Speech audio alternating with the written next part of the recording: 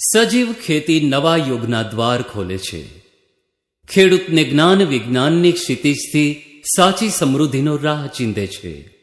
સજીવોના સંગાથે અહિંસક ખેતી અપનાવી ધરતીની માટી જીવંત બનાવવા માટે સજીવ ખેતી અપનાવીએ. ખેડૂતને આબાદી તરફ વાળી અને આપઘાત કરતા અટકાવીએ.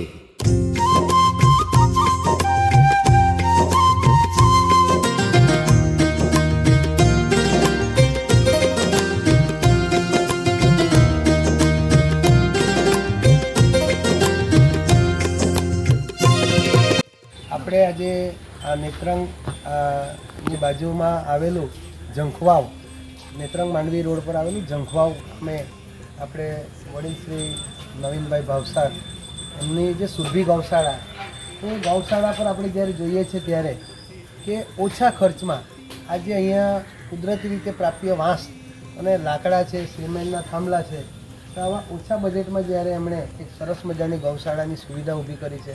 દુધાળ ગાયોને રાખવામાં આવે છે, પાણીની સુવિધા છે. તો આપણે નવીનભાઈને સાંભળીએ.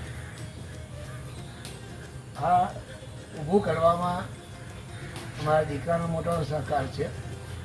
એને ગાયો પ્રત્યે અતિ લાગણી.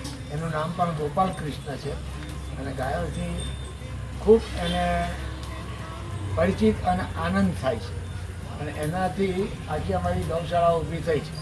એમાં બહારથી અમારે લગભગ કંઈ લાવવું પડ્યું નથી. મારા ખેતરની અંદર થયેલા વાસો, શાક, એની જ ઉત્પાદનની અંદર અમે આ આખું સ્ટ્રક્ચર ઊભું કર્યું છે.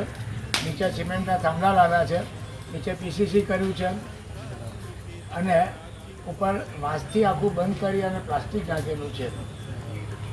એની ઊંચાઈ 11 ફૂટ છે. કેટલા વર્ષથી આ બનાવ્યું છે? આ બનાવીને 5 વર્ષ થવાના. હજી આગળ સુધી કોઈ બદલવું પડે, બદલવું પડે. સારી ગુણવત્તાનું કાગળ છે. બીજી કોઈ મુશ્કેલી રહેતી નથી. ગાયોને પણ પુષ્કળ વરસાદથી પણ પ્રોટેક્ટ થાય છે, ઠંડીમાં પણ પ્રોટેક્ટ રહે છે અને નેચરલ વાતાવરણ. નેચરલ, હા, ખાસ તો હવાની એક અવર જવર.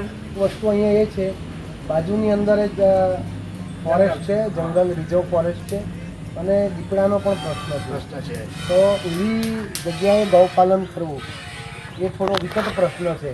એટલે અમે આજુબાજુ જોયું તો આની વાડ બનાવી છે, ફેન્સિંગ બનાવ્યું છે. હા. જે રીતે આપણા પ્રાણી સંગ્રહાલયોમાં બનાવે છે લોકો 11 ફૂટ ઊંચાઈએ, એમ અમે 11 ફૂટ ઊંચાઈની આ બોર્ડર બનાવી દીધી છે કે એની અંદર એકદમ એટેક નહીં કરતા આપણે થોડાક સલામત થઈ શકીએ અને સલામત રહીએ. સલામત.